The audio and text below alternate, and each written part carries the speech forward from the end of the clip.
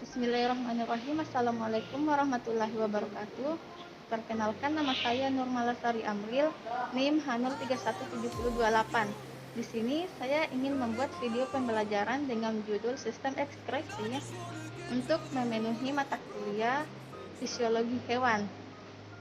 Nah, di sini sistem ekskresi merupakan pengeluaran zat-zat sisa metabolisme yang tidak digunakan lagi oleh tubuh.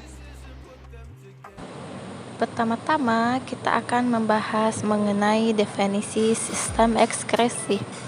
Sistem ekskresi merupakan proses pengeluaran zat-zat sisa metabolisme yang sudah tidak digunakan lagi oleh tubuh.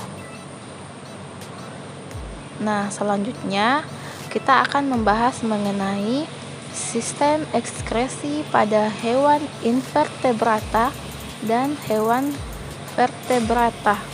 Nah, di sini pertama-tama kita membahas mengenai sistem ekskresi pada hewan invertebrata. Yang pertama yaitu sistem ekskresi makhluk hidup satu sel atau biasa kita sebut dengan protozoa. Makhluk hidup satu sel mengeluarkan sisa-sisa metabolismenya dengan cara difusi. Karbon dioksida hasil respirasi seluler dikeluarkan dengan cara difusi. Selain itu, ada cara lain, yaitu makhluk hidup satu sel membentuk vakuola yang berisi sisa metabolisme lalu mengeluarkannya dari dalam sel. Di samping merupakan contoh gambar dari sistem ekskresi pada protozoa.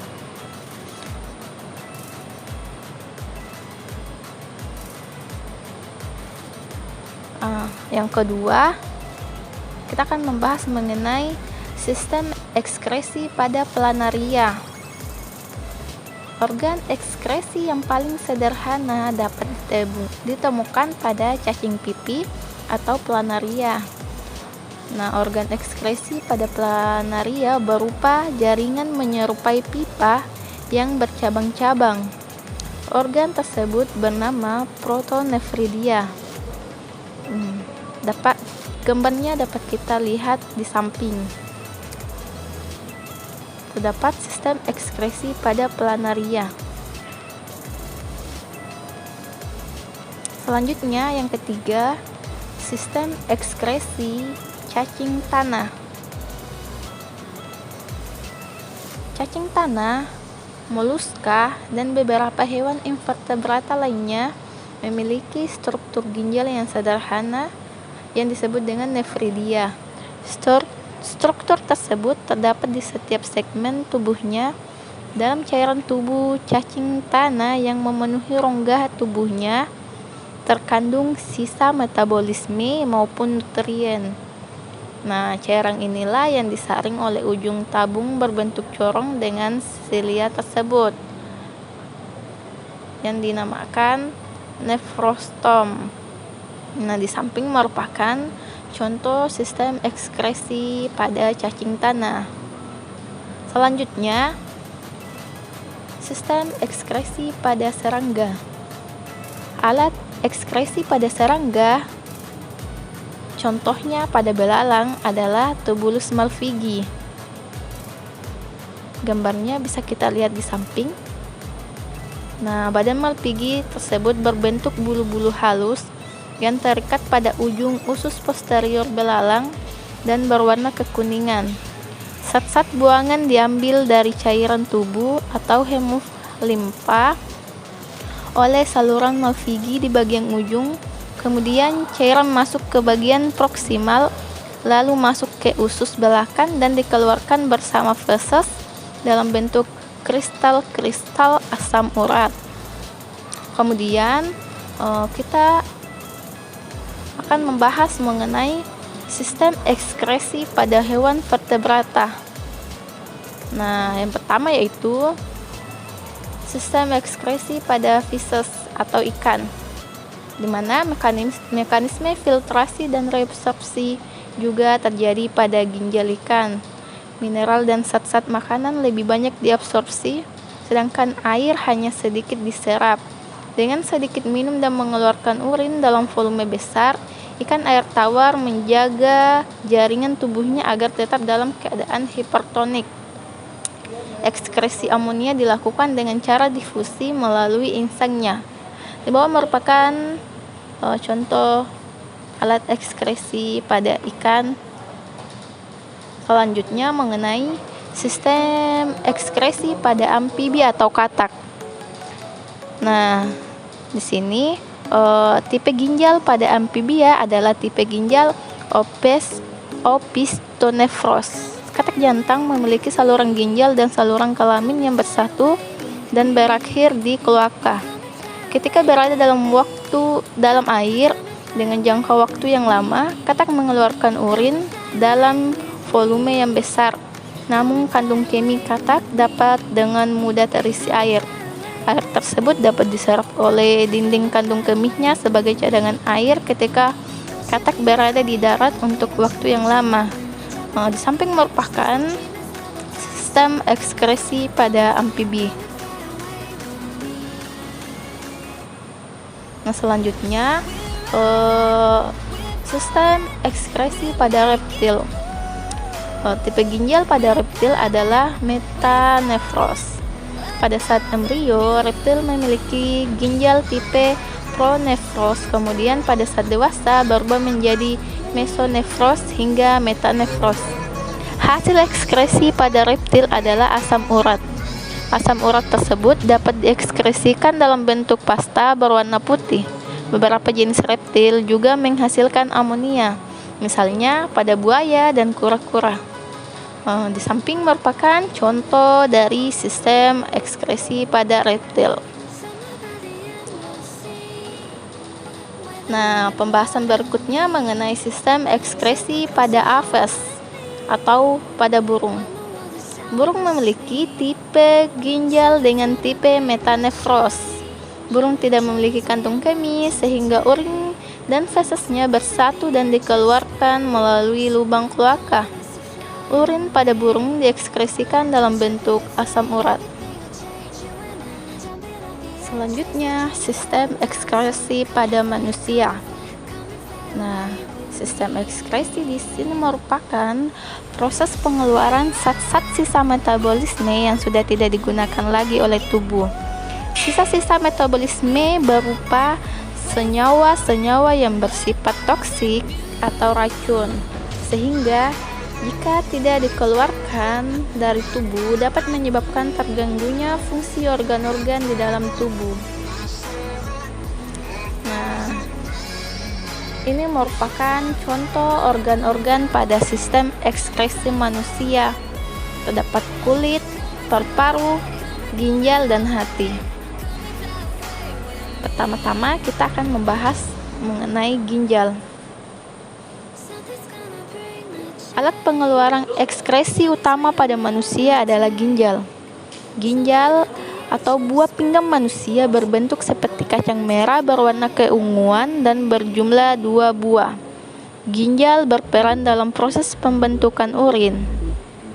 Urin yang normal mengandung air, urea, dan amonia yang merupakan sisa-sisa pembongkaran protein, garam-garam mineral, terutama NaCl. Selanjutnya, kulit. Kulit merupakan lapisan tipis yang menutupi dan melindungi seluruh permukaan tubuh. Selain berfungsi menutupi permukaan tubuh, kulit juga berfungsi sebagai alat pengeluaran.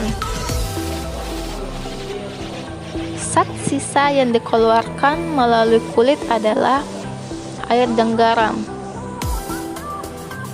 atau keringat. Kulit terdiri dari 3 lapisan, yaitu lapisan kulit ari atau epidermis, lapisan kulit jangat atau dermis, dan lapisan jaringan ikat bawah kulit. Nah, di samping merupakan contoh struktur kulit manusia.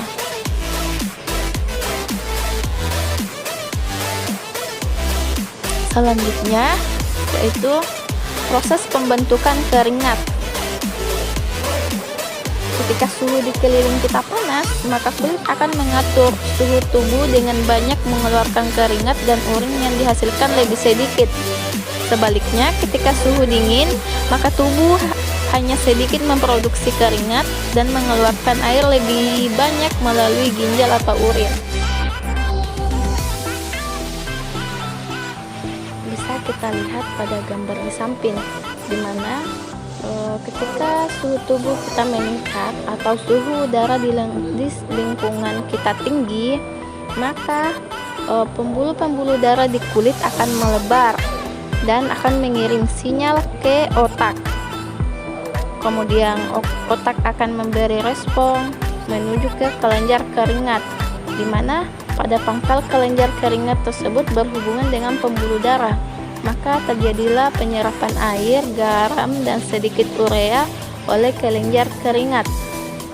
Kemudian air bersama larutannya keluar melalui pori-pori yang merupakan ujung dari kelenjar keringat. Kemudian keringat yang keluar membawa panas tubuh, sehingga sangat penting untuk menjaga agar suhu tubuh tetap normal. Ketika suhu di keliling kita panas, maka kulit akan mengatur suhu tubuh dengan banyak mengeluarkan keringat dan urin yang dihasilkan lebih sedikit. Sebaliknya, ketika suhu dingin, maka tubuh hanya sedikit memproduksi keringat dan mengeluarkan air lebih banyak melalui ginjal atau urin. Nah, selanjutnya hati. Hati merupakan kelenjar terbesar dalam tubuh. Terdapat rongga perut sebelah kanan atas berwarna kecoklatan. Hati mendapat suplai darah dari pembuluh nadi arteri hepatika dan pembuluh gerbang vena portal dari usus. Hati dibungkus oleh selaput hati, kapsula hepatika. Hati terdapat pembuluh darah dan empedu yang dipersatukan selaput jaringan ikat, kapsula Gleason.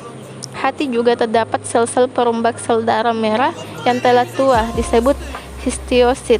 Sebagai alat ekskresi, hati menghasilkan empedu yang merupakan cairan jernih kehijauan. Di dalamnya mengandung zat warna empedu, bilirubin, garam empedu, kolesterol, dan juga bakteri, serta obat-obatan.